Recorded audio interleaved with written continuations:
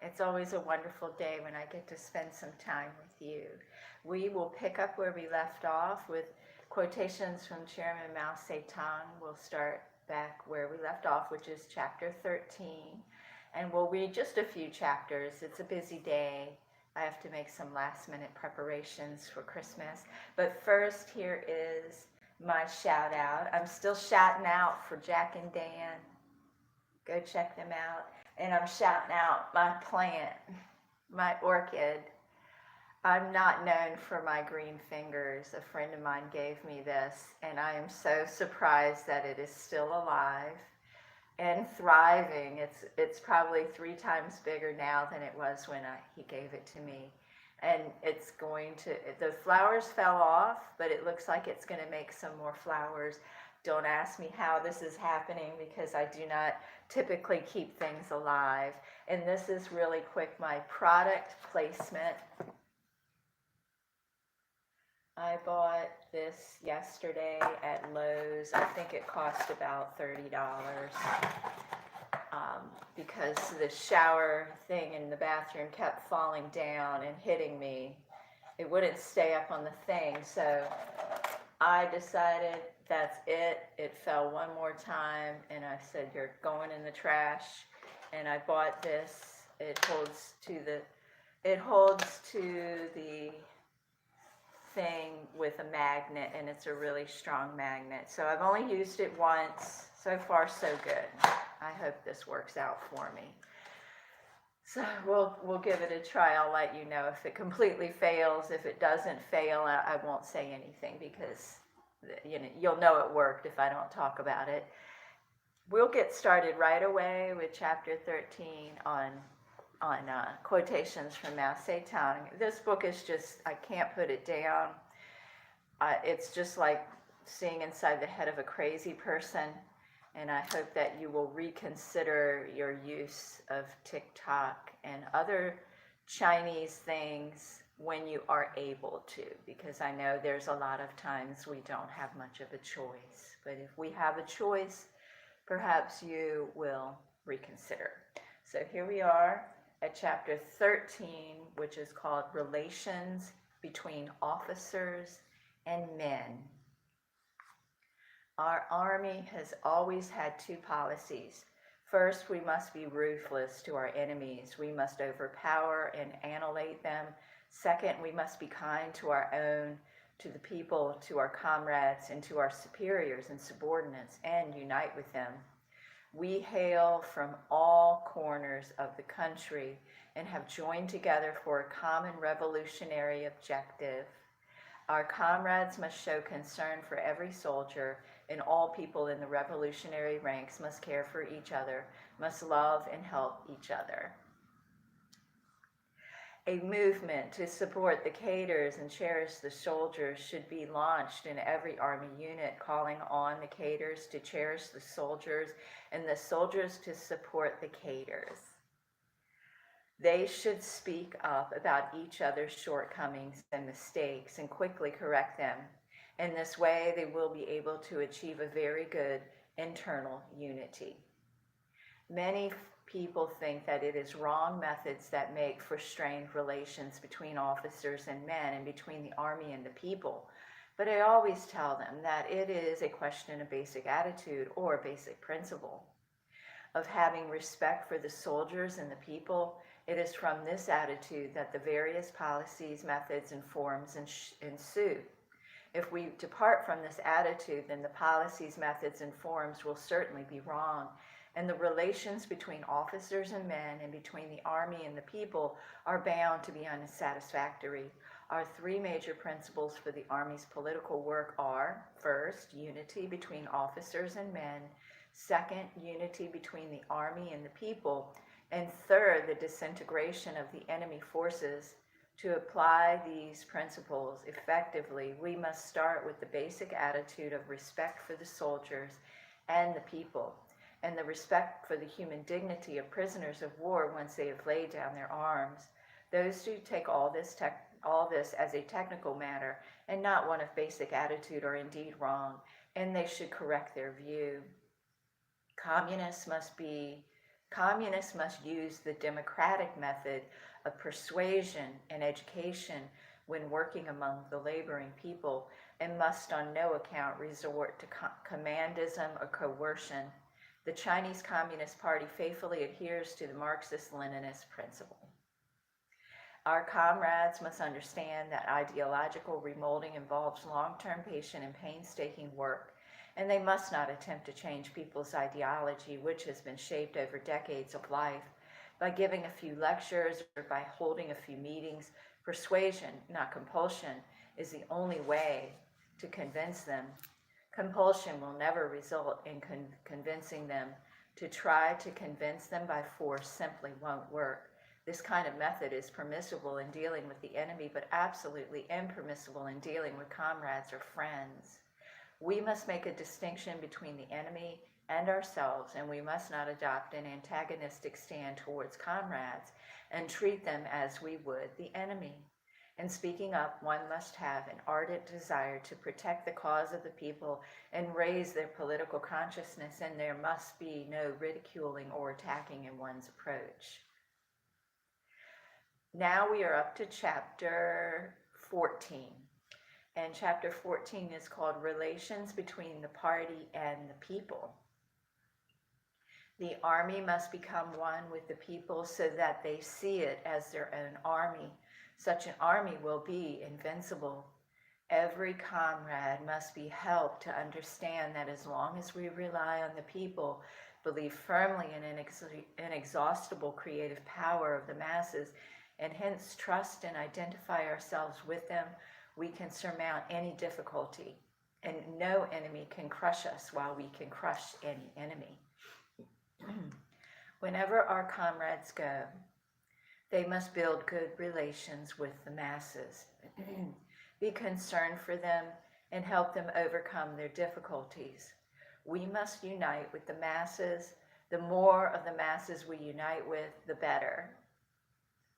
The army in the liberated areas must support the government and cherish the people, while the democratic governments must lead the people in the work of supporting the army and giving preferential treatment to the families of soldiers fighting Japan. In this way, relations between the army of the people will become still better. In the army, the task of supporting the government and cherishing the people should be handled through the ideological education of every commander and fighter, so that they all thoroughly understand its importance, as long as the army of its part does this job well. The local government and the people will also improve their relations with the enemy. In the course of these campaigns, the army on the side of the party and the government and on theirs should thoroughly examine the shortcomings and mistakes of 1943 and should resolutely correct them in 1944. From now on, such campaigns should be launched everywhere in the first month of every lunar year. In the course of them, the pledges to support the government and cherish the people and support the army and give preferential treatment to the families of soldiers fighting Japan should be read out time and again, and there should be repeated self-criticism before the masses of any high-handed behavior by the troops in the base areas toward the party or government personnel and toward civilians, or of any lack of concern for the troops shown by the party of government personnel or the civilians, each side criticizing itself and not the other, in order that these shortcomings and mistakes may be thoroughly corrected. So that finishes that chapter. Now we're up to chapter 15, and chapter 15 is called Democracy in the Three Main Fields. A proper measure of democracy should be put into effect in the army, chiefly by abolishing the feudal practice of bullying and beating, and by having officers and men share weal and woe. Once this is done, unity will be achieved between officers and men. The combat effectiveness of the army will be greatly increased, and there will be no doubt of our ability to sustain a long, cruel war. Apart from the role played by the party, the reason why the Red Army has been able to carry on in spite of such poor material conditions and such frequent engagements is its practice of democracy. The officers do not beat the men. Officers and men receive equal treatment. Soldiers are free to hold meetings and to speak out. Trivial formalities have been done away with, and the accounts are open for all to inspect. In China, the army needs democracy as much as the people do. Democracy in our army is an important weapon for undermining the feudal mercenary army. The policy for political work in our army units is fully to arouse the rank and file, the commanders and all working personnel, in order to achieve three major objectives through a democratic movement under centralized leadership, namely a high degree of political unity, better living conditions, and better military technique and tactics. The three checkups and three improvements now being enthusiastically carried out in our army units are intended to attain the first two of these objectives through the methods of political and economic democracy. With regard to economic democracy, the representatives elected by the soldiers must be ensured the right to assist, but not to bypass the company leadership in managing the company's supplies and mess. With regard to military democracy, in periods of training, there must be mutual instruction as between officers and soldiers and among the soldiers themselves, and in periods of fighting for the companies at the front must hold big and small meetings of various kinds. Under the direction of the company leadership, the rank and file should be roused to discuss how to attack and capture enemy positions and how to fulfill other combat tasks. When the fighting lasts several days, several such meetings should be held. This kind of military democracy was practiced with great success in the Battle of Panlung in northern Shanxi, in the Battle of Shishiang in the Shanxi-Shanhapai area. It has been proved that the practice can only do good and can do no harm whatsoever. In the present great struggle, the Chinese Communist Party demands that all its leading bodies and all its members and cadres should give the fullest expression to their initiative, which alone can ensure victory.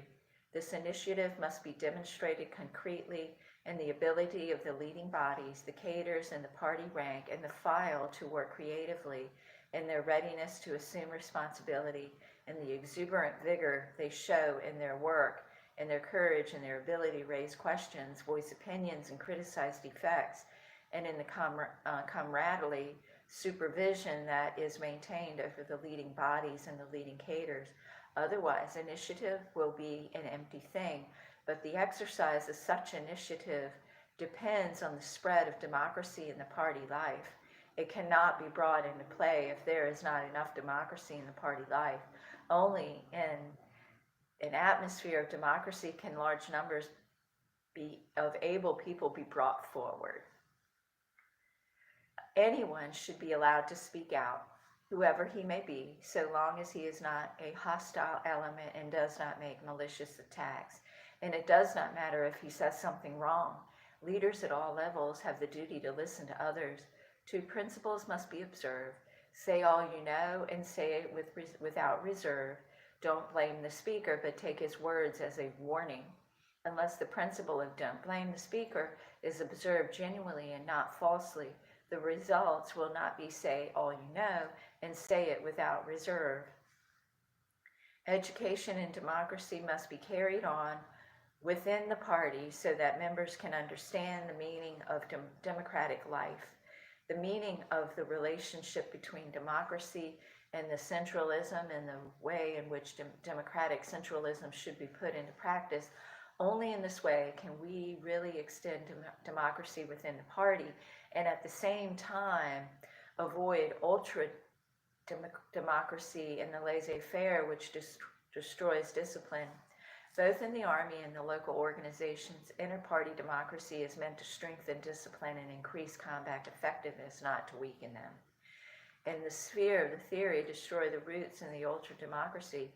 First, it should be pointed out that the danger of ultra-democracy lies in the fact that it damages or even completely wrecks the party organization and weakens or even completely undermines the party's fighting capacity. rendering the party incapable of fulfilling its fighting task and thereby causing the defeat of the revolution. Next, it should be pointed out that the source of ultra-democracy consists in the petty bourgeoisie idealistic aversions to discipline.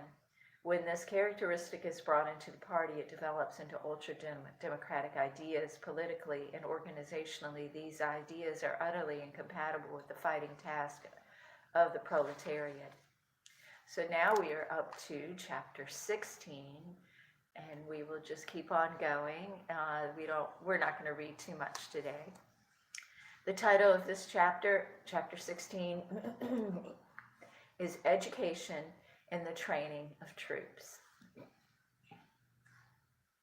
Our education policy must enable everyone who receives an education to develop morally, intellectually, and physically and become a worker with both socialist and consciousness and culture.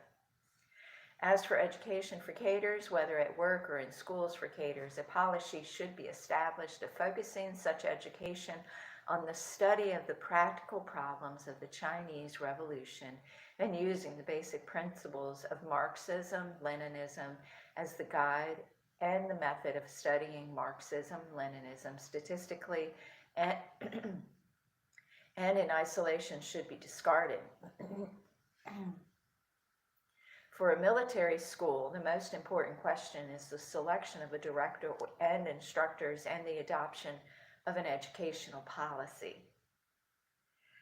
A school of 100 people certainly cannot be run well if it does not have a leading group of several people or a dozen or more, which is formed in accordance with the actual circumstances and not thrown together artificially, and is composed of the most active, upright, and alert of the leader, of the teachers, the other staff, and of the students. All officers and fighters of our army must improve their military art, march forward courageously towards certain victory in the war, and resolutely, thoroughly, wholly, and completely wipe out all enemies. Equal importance should be attached to the military and political aspects of the one-year consolidation and training program which has just begun, and the two aspects should be integrated.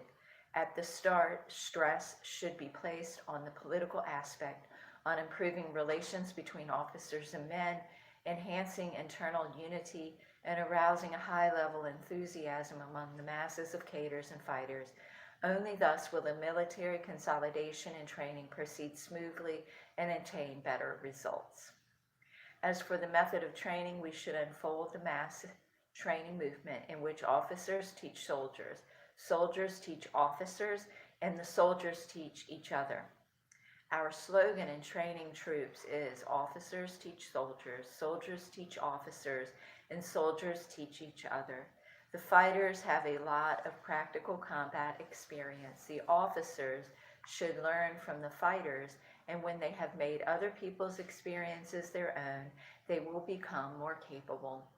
As for the training courses, the main objective should be to raise the level of technique in marksmanship, bayoneting, grenade throwing, and the like, and the secondary objective should be to raise the level of tactics, while special emphasis should be laid on night operations. Okay, so now we are up to chapter 17, and this chapter is called Serving the People. We should be modest and prudent, guard against arrogance and rashness, and serve the Chinese people heart and soul.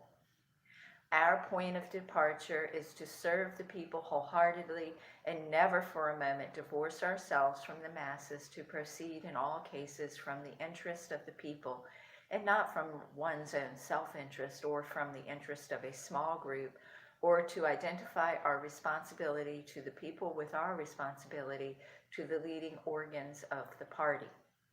The organs of the state must practice democratic centralism. They must rely on the masses, and their personnel must serve the people. Comrade Bethune's spirit, his utter devotion to others without any thought of self, was shown in his boundless sense of responsibility in his work, and his boundless warm-heartedness toward all comrades and the people. Every communist must learn from him. We must all learn the spirit of absolute selflessness from him. With this spirit, everyone can be very useful to the people. A man's ability may be great or small, but if he has this spirit, he is already noble-minded and pure, a man of moral integrity and above vulgar interest, a man who is of value to the people. Our Communist Party and the 8th Route and the new 4th Armies, led by our party, are battalions of the revolution. These battalions of ours are wholly dedicated to the liberation of the people and work entirely in the people's interests. All our caterers, whatever their rank, are servants of the people, and whatever we do is to serve the people. How then can we be reluctant to discard any of our bad traits? Our duty is to hold ourselves responsible to the people. Every word, every act, and every policy must conform to the people's interests, and if mistakes occur, they must be corrected. That is what being responsible to the people means. Wherever there is a struggle, there is a sacrifice, and death is a common occurrence. But we have the interest of the people and the sufferings of the great majority at heart, and when we die for the people, it is a worthy death. Nevertheless, we should do our best to avoid unnecessary sacrifices. All men must die, but death can vary in its significance. The ancient Chinese writer Zhu Maxin said, though death befalls all men alike, it may be heavier than Mount Tai or lighter than a feather. To die for the people is heavier than Mount Tai, but to work for the fascists and die for the exploiters and oppressors is lighter than a feather. Okay, now we are up to chapter 18, which is called Patriotism and Internationalism. Can a communist who is an internationalist at the same time be a patriot? We hold that he not only can be, but must be. The specific content of patriotism is determined by historical conditions. There is the patriotism of the Japanese aggressor and of Hitler. And there is our patriotism. Communists must resolutely oppose the patriotism of the Japanese aggressor and of Hitler. The communists of Japan and Germany are defeatists with regard to the wars being waged by their countries. To bring about the defeat of the Japanese aggressor and of Hitler by every possible means is in the interest of the Japanese and the German people, and the more complete the defeat, the better, for the wars launched by the Japanese aggressor and Hitler are harming the people at home as well as the people of the world. China's case, however, is different because she is the victim of aggression. Chinese communists must therefore combine patriotism with internationalism. We are at once internationalists and patriots, and our slogan is fight to defend the motherland against the aggressors. For us, defeatism is a crime, and to strive for victory in the war of resistance is an inescapable duty. For only by fighting in defense of the motherland can we defeat the aggressor and achieve national liberation. And only by achieving national liberation will it be possible for the proletariat and other working people to achieve their own emancipation. The victory of China and the defeat of the invading imperialists will help the people of other countries. Thus, in wars of national liberation, patriotism is applied internationalism. What kind of spirit is this that makes a foreigner selflessly adopt the cause of the Chinese people's liberation as his own? It is the spirit of internationalism, the spirit of communism from which every Chinese communist must learn. We must unite with the proletariat of all the capitalist countries, with the proletariat of Japan, Britain, the United States, Germany, Italy, and all other capitalist countries before it is possible to overthrow imperialism, to liberate our nation and people, and to liberate the other nations and peoples of the world. This is our internationalism, the internationalism with which we oppose both narrow nationalism and narrow patriotism. In the fight for complete liberation, the oppressed people rely first of all on their own struggle and only then on international assistance. The people who have triumphed in their own revolution should help those still struggling for liberation. This is our internationalist duty. The socialist countries are states of an entirely new type in which the exploiting classes have been overthrown and the working people are in power. The principle of integrating internationalism with patriotism is practiced in the relations between these countries. We are closely bound by common interest and common ideals. The people of the countries in the socialist camp should unite. The people of the countries in Asia, Africa, and Latin America should unite. The people of all the continents should unite. All peace-loving countries should unite. In all countries subjected to U.S. aggression, control, intervention, or bullying should unite, and so form the broadest united front to oppose the U.S. imperialist policies of aggression and war, and to defend world peace. Things develop ceaselessly. It is only 45 years since the revolution of 1911, but the face of China has completely changed. And another 45 years, this is in the year 2001, or the beginning of the 21st century, China will have undergone an even greater change. She will have become a powerful socialist industrial country, and that is, it should be, and that is as it should be. China is a land with an area of 9,600,000 square kilometers and a population of 600 million people, and she ought to have a greater contribution to humanity. Her contribution over a long period has been far too small. For this, we are regretful. But we must be modest not only now, but 45 years hence as well. We should always be modest. In our international relations, we Chinese people should get rid of the great power chauvinism, resolutely, thoroughly, wholly, and completely. We must never adopt an arrogant attitude of great power chauvinism and become conceited because of the victory of our revolution and certain achievements in our construction. Every nation, big or small, has its strong and weak points. Well, that was interesting. That's all we were going to read today because I have a lot of things to do to get ready for Christmas. So we have been reading Quotations from Chairman Mao Tse-Tung. It is just so fascinating. Well, first let me do my shout out. We're still shouting out Jack and Dan. Love me, Jack and Dan, and Pamela. Got to check them out. And my shout out is my plant that I can't believe is still alive because I do not have a green thumb, but it is still alive. So go figure. I'm very happy it is still alive. And this is my product placement. I bought this at Lowe's yesterday, and you see it has a magnet there.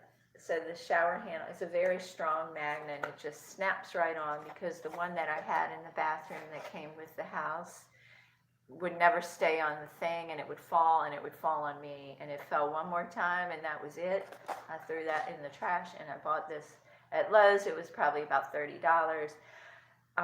And we have been reading this, Quotations from Chairman Mao Tse-Tung. It is just fascinating to me. It's interesting that he said by the year 2001, China will be a very different place. Don't you agree that was true? Most certainly, it is a different place now. And I decided to read this for everyone because I thought at first, I was only thinking of TikTok and that let's read this to see how the people of China, especially their government, how they think, what governs their thoughts, what molds and shapes them. I'm under the understanding that all citizens, children in school, this is required reading for them. So I thought, let's read it, let's see what they're up to, let's see how they think, and maybe we'll change our mind about TikTok. But as I'm reading it, it's unveiling to me at the time this was written, it was their vision of what they wanted to do with South America and Africa and places around the world. in order to spread their ideology, and they call us their enemy. I call them our opponent, but they call us their enemy. So their plans with what they wanted to do with Africa and South America, I kind of see that unfolding right now.